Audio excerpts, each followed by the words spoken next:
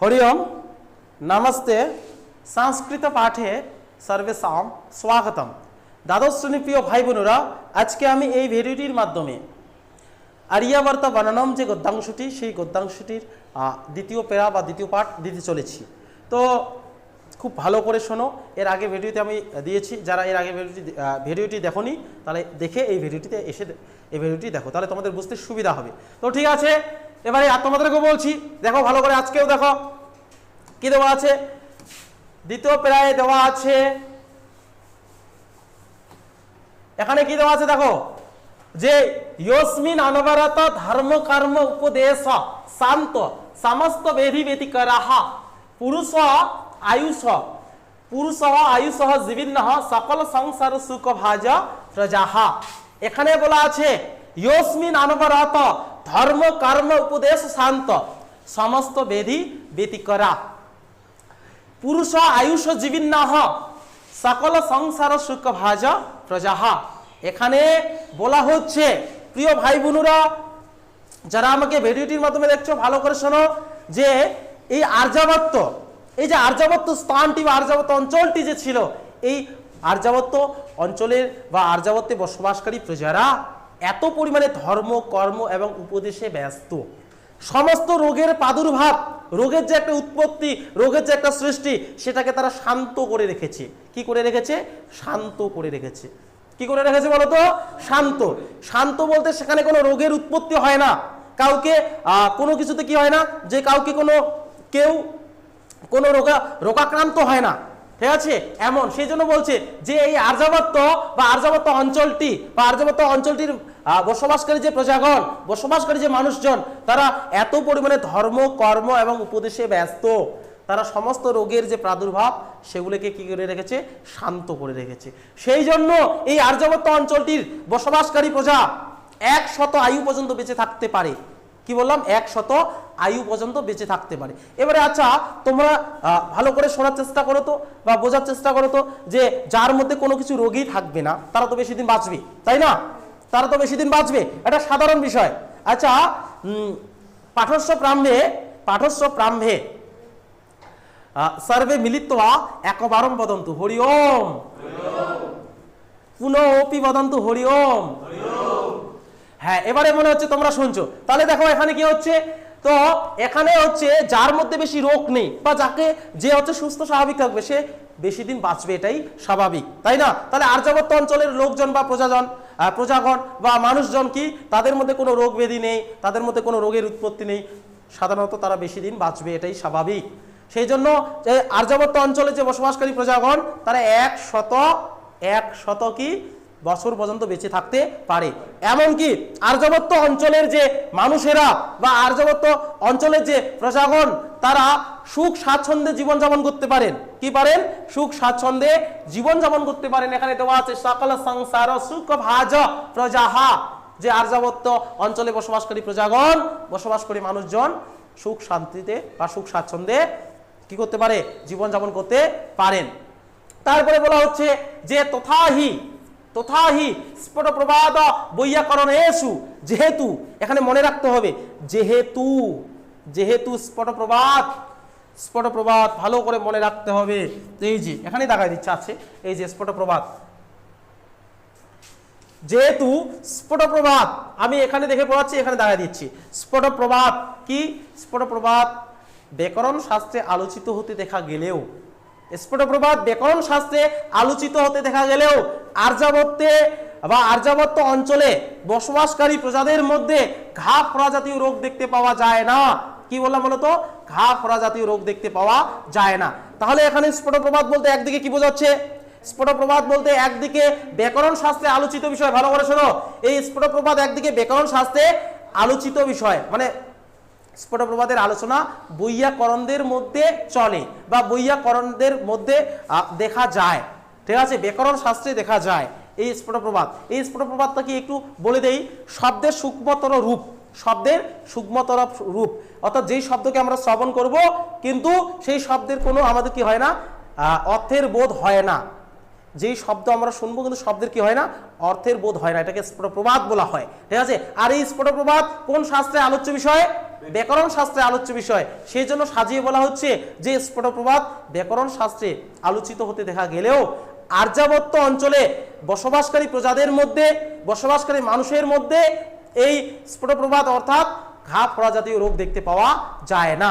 তাহলে স্ফুট প্রবাদ একদিকে ঘা ফোড়া জাতীয় রোগ আর অন্যদিকে ব্যাকরণ শাস্ত্রে আলোচ্য বিষয়, মনে থাকবে। তারপরে কি দেওয়া আছে যে গ্রহ সংক্রান্তি জ্যোতিষশাস্ত্রেষু, গ্রহ সংক্রান্তি জ্যোতিষশাস্ত্রেষু, এখানে বলা হচ্ছে গ্রহমূলক দোষের কথা, গ্রহমূলক দোষের কথা জ্যোতিষশাস্ত্রে আলোচিত হতে দেখা গেলেও, গ্রহমূলক দোষের কথা জ্যোতিষশাস্ত্রে আলোচিত হতে দেখা গেলেও আর্যাবর্তে বসবাসকারী, আর্যাবর্ত অঞ্চলে বসবাসকারী প্রজাদের মধ্যে, বসবাসকারী মানুষদের মধ্যে গ্রহ সংক্রান্তমূলক কোনো দোষের কথা দেখা যায় না। কি বললাম? গ্রহ সংক্রান্তমূলক কোনো দোষের কথা দেখা যায় না। তাহলে দেখো এখানে মনে রাখতে হবে, আচ্ছা জ্যোতিষশাস্ত্রে আলোচ্য বিষয় কি? গ্রহমূলক দোষ। জ্যোতিষশাস্ত্রে আলোচ্য বিষয় কি? গ্রহমূলক দোষ। আর এই গ্রহমূলক দোষ আর্যাবর্ত অঞ্চলে বসবাসকারী প্রজাদের মধ্যে দেখা যায় না। ভূত বিকারবাদ সাংকেষু, ভূত বিকারবাদহ সাংকেষু, অর্থাৎ পঞ্চভূতের আলোচনা, পঞ্চভূতের আলোচনা সাংখ্য দর্শনে দেখা গেলেও তোমাদের মনে রাখতে হবে এই যে সাংকেষু বলতে সাংখ্য দর্শন, সাংকেষু বলতে সাংখ্য দর্শন, মনে রাখতে হবে, আগে বলে দিচ্ছি, খুব ভালো করে মনে রাখো। এই সাংখ্য দর্শনের আলোচ্য বিষয় হচ্ছে পঞ্চভূত। সাংখ্য দর্শনের আলোচ্য বিষয় কি? পঞ্চভূত। সেই জন্য সাজিয়ে বললে কি দাঁড়াচ্ছে যে সাংখ্য দর্শনে পঞ্চভূতের আলোচনা আলোচিত হতে দেখা গেলেও, সাংখ্য দর্শনে পঞ্চভূতের আলোচনা আলোচিত হতে দেখা গেলেও আর্যাবর্ত অঞ্চলে বসবাসকারী প্রজাদের মধ্যে ভূত পেতনির দ্বারা আক্রান্ত হতে দেখা যায় না। তাহলে পঞ্চভূত একদিকে সাংখ্য দর্শনের আলোচ্য বিষয়, কি বললাম? পঞ্চভূত একদিকে সাংখ্য দর্শনের আলোচিত বিষয় বা আলোচ্য বিষয়, অন্যদিকে এটা এই পঞ্চভূত বলতে আবার ভূত পেতনিকে বোঝাচ্ছে। কাকে বোঝাচ্ছে? ভূত পেতনিকে। কিন্তু কার ক্ষেত্রে ভূত পেতনিকে বোঝানো হচ্ছে বলতো? আর্যাবর্ত অঞ্চলে বসবাসকারী প্রজাদের ক্ষেত্রে কি বোঝানো হচ্ছে? ভূত পেতনি।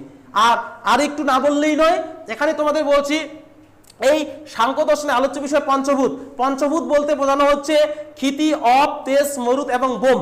কি বললাম? ক্ষিতি, অপ, তেজ, মরুত এবং বোম, এই পাঁচটি বিষয়কে কি বলা হয়? এই পাঁচটি বিষয়কে পঞ্চভূত বলা হয়, বা এটাকে পৃথিবী, জল, বায়ু, অগ্নি আর হচ্ছে আকাশ। কি? পৃথিবী, জল, বায়ু, অগ্নি, আকাশ, এই পাঁচটির যে আলোচনা এটাকে পঞ্চভূত বলা হয়। কোন শাস্ত্রে বা কোন দর্শনে পঞ্চভূত বলা হয় বলতো? সাংখ্য দর্শনে পঞ্চভূত বলা হয়। সেই জন্য সাজিয়ে বললে কি দাঁড়াচ্ছে যে পঞ্চভূতের আলোচনা সাংখ্য দর্শনে আলোচিত হতে দেখা গেলেও আর্যাবর্ত অঞ্চলে বসবাসকারী প্রজাদের মধ্যে ভূত পেতনির দ্বারা আক্রান্ত কাউকে দেখতে পাওয়া যায় না। একই রকম করে কি বোঝানো হচ্ছে?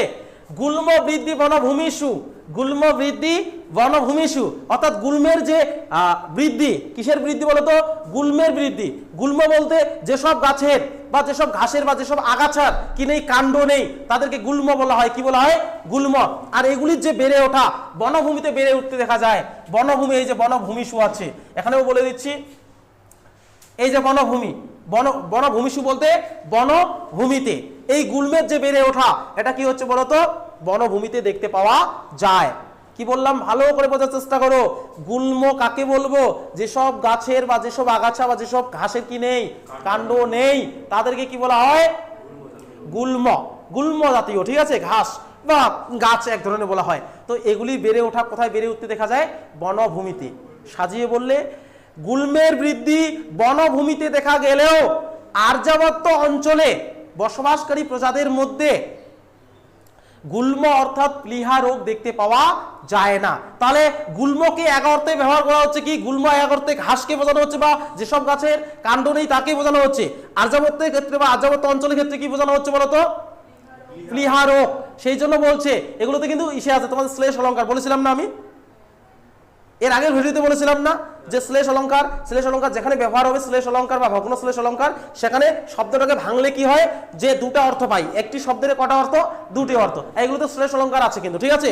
তো যাই হোক, আমি বললাম যে গুল্মের বৃদ্ধি বনভূমিতে বেড়ে ওঠা দেখা গেলেও বা গুল্মের বৃদ্ধি বনভূমিতে দেখা গেলেও আর্যাবর্ত অঞ্চলে বসবাসকারী প্রজাদের মধ্যে কি দেখতে পাওয়া যায় না? প্লীহা রোগ দেখতে পাওয়া যায় না। একই রকম করে গণ্ডক উত্থানম পর্বত বনভূমিষু দৃশ্যতে ন প্রজাসু, গণ্ডক উত্থানম পর্বত বনভূমি সুদৃশ্যতে ন প্রজাসু, অর্থাৎ গন্ডারের লাফালাফি, গন্ডা গোত্থনা বলতে গন্ডারের লাফালাফি পর্বত বনভূমিতে দেখা গেলেও। আর প্রিয় ভাই বোনদের আমি একটি কথা এখানে বলবো, যে কথাটি না বললেই নয়, এখানে গুল্মের যে বেড়ে ওঠা বা গুল্মের যে বৃদ্ধি সেটা কিন্তু বনভূমিতে, কি বললাম, বনভূমিতে। আর গন্ডারের লাফালাফি হচ্ছে পর্বত বনভূমিতে, এটাও বনভূমি কিন্তু এটা হচ্ছে পর্বত বনভূমি। তো গন্ডারের লাফালাফি পর্বত বনভূমিতে দেখা গেলেও আর্যাবর্ত অঞ্চলে বসবাসকারী প্রজাদের মধ্যে কি দেখতে পাওয়া যায় না বলতো, গলগণ্ড রোগ দেখতে পাওয়া যায় না। গলগণ্ড রোগ বলতে গোলা ফুলে থাকা ইত্যাদি। তাহলে দেখো এই সব কারণের জন্য আর্যাবর্তের মানুষ 100 আয়ু পর্যন্ত বেঁচে থাকতে পারে, সুখ স্বাচ্ছন্দ্যে জীবন যাপন করতে পারে।